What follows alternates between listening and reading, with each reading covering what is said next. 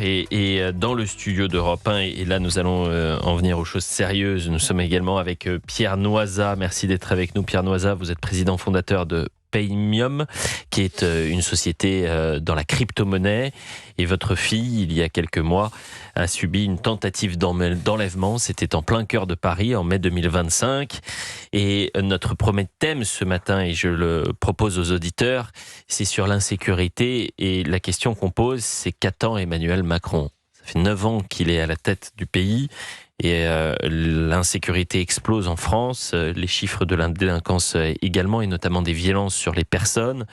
Mais peut-être que, aux yeux de l'Élysée, nous allons pendant les prochaines minutes brainwasher sur les faits divers.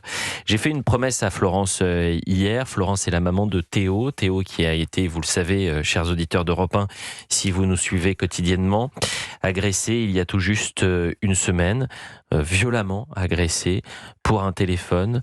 Des individus, des lâches, des barbares se sont attaqués à Théo à coups de pied sur la tête. Théo, 19 ans, s'est vu partir. Et une semaine plus tard, qu'est-ce qu'on apprend ? Eh bien que les 5 suspects qui sont impliqués dans l'agression de Théo ont été relâchés, placés sous contrôle judiciaire.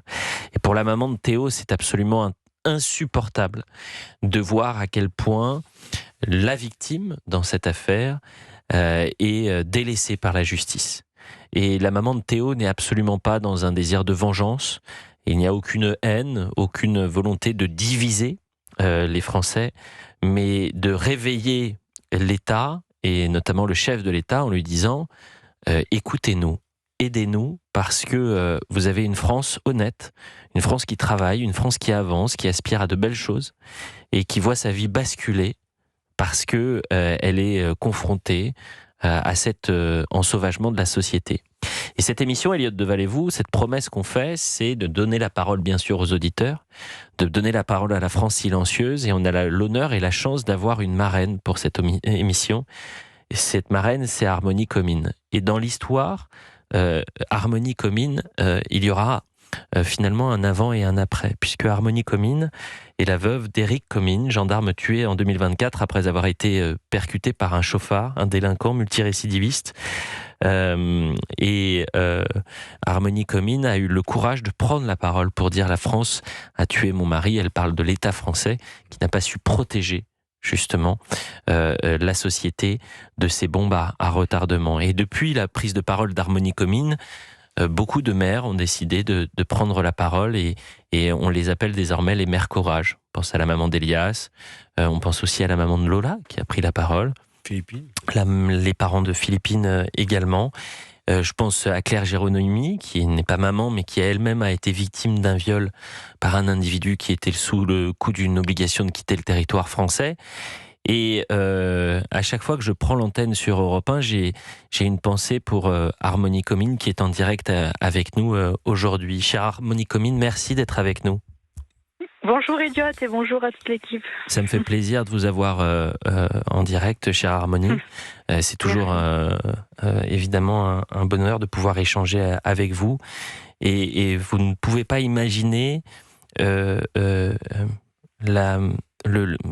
l'honneur que j'ai de pouvoir échanger à chaque fois et de vous donner la parole. Et si aujourd'hui je fais cette émission, et si aujourd'hui je souhaite donner la parole aux Français, c'est aussi parce que vous êtes en quelque sorte une boussole pour moi, Harmonie Comines. Je vous propose d'écouter, chère Harmonie, Florence. Je ne sais pas si vous avez entendu parler de cette agression de son fils. Et je ne sais pas si vous avez pu entendre hier ces mots absolument bouleversants. Je vous propose qu'on la réécoute pour les auditeurs d'Europe. Un jour, on m'a posé mon enfant sur le ventre et je me suis promis de le protéger jusqu'à sa mort. Et je pensais pas, vous voyez, on a eu un enterrement familial hier et on a eu cette cérémonie difficile. En fait, mon fils, pendant tout l'enterrement de son cousin, m'a dit « Maman, ça devrait être moi là ». Et je suis là. Voilà la réponse de mon fils de 19 ans. Et après, il allait sur la radio et il a eu le courage de dire « Il faut pas de haine ». Il faut pas de haine, donc c'est pas un fait divers. Je suis brisée, on est brisé. Monsieur Macron, c'est une honte. C'est une honte, votre réponse. J'attends un appel et des excuses. Harmonie Comines, est-ce que lorsque vous entendez la colère de Florence, en quelque sorte, vous vous retrouvez dans ces mots ? Euh, oui, bien évidemment. J'aimerais, Elliot, si vous me permettez, faire un petit retour en arrière Bien dans sûr. le passé. Avant Badinter, on punissait les personnes, l'auteur, à cause du fait qu'il avait commis, que ce soit une agression, que ce soit un vol, que ce soit un viol, j'en passe. Badinter, lui, il a voulu initier une prise en charge globale de l'auteur dans son action, faire une approche plus humaniste. On est passé d'une approche des faits à une logique de l'auteur. Et il a aussi initié le début de la suppression des peines planchées. Et ces démarches ont signé le début d'une débandade de notre justice.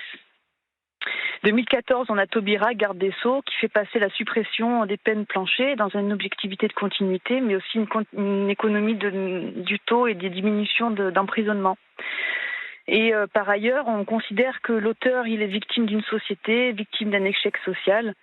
Il n'a pas connu son père. On va lui trouver toutes les excuses du monde. Et en l'occurrence, je pense à ces adolescents de 14 et 15 ans qui ont agressé ce jeune Théo. La justice, elle a multiplié les alternatives aux sanctions, bracelet électronique, contrôle judiciaire, stage de réinsertion, accompagnement social. Et le top du top, je vous dirais, Elliot, c'est le sursis.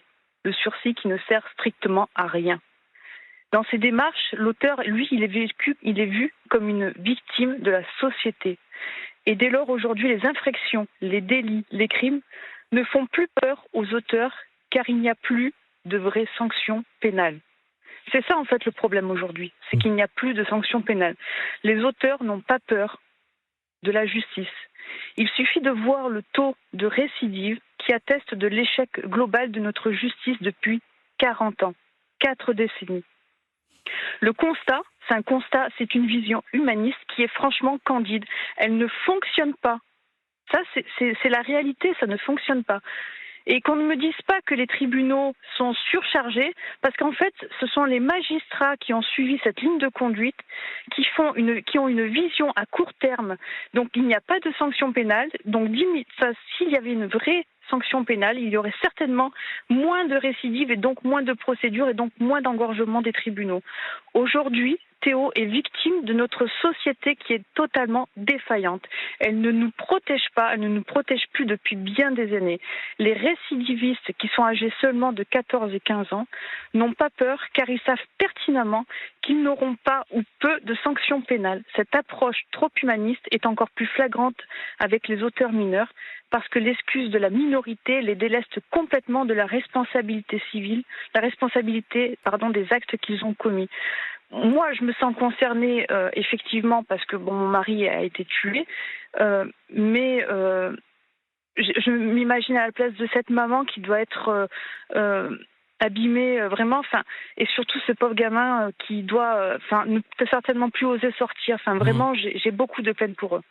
Et c'est pour ça que je voulais vous avoir, chère Harmonie Commune, ce matin, parce que naturellement, quand j'ai entendu Florence prendre la parole avec beaucoup de courage, beaucoup de dignité, quand Théo a pris également la parole, lui aussi avec beaucoup de dignité, j'ai directement pensé à vous. Et je le pense, mais vraiment du plus profond de mon être, je crois que l'acte de courage que vous avez eu au moment de la mort de votre mari, a réveillé des consciences, a éveillé les Français qui se taisaient lorsqu'ils étaient victimes de cet ensauvagement de la société, victimes d'une injustice avec un grand I, et aujourd'hui préfèrent prendre la parole, se mobiliser.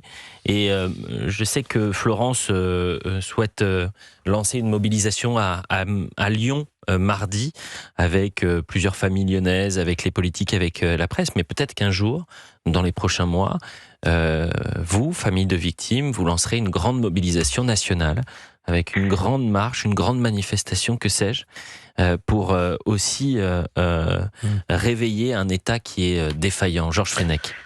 Je ne suis pas Harmonie. sûre, excusez-moi, Pardon, je suis pas Harmonie. sûre qu'une marche blanche suffirait. Je pense sincèrement que c'est un collectif de victimes et de familles de victimes qui doit être créé et qu'on mène une action contre l'État. Et ça, moi, je vous cache pas que c'est un de mes projets, une bataille après l'autre. Mais je pense que sincèrement, il faut qu'on crée un collectif et qu'on aille beaucoup plus loin, parce qu'une marche blanche, c'est pas tant. J'imaginais pas tant une marche blanche, chère Harmonie Comines.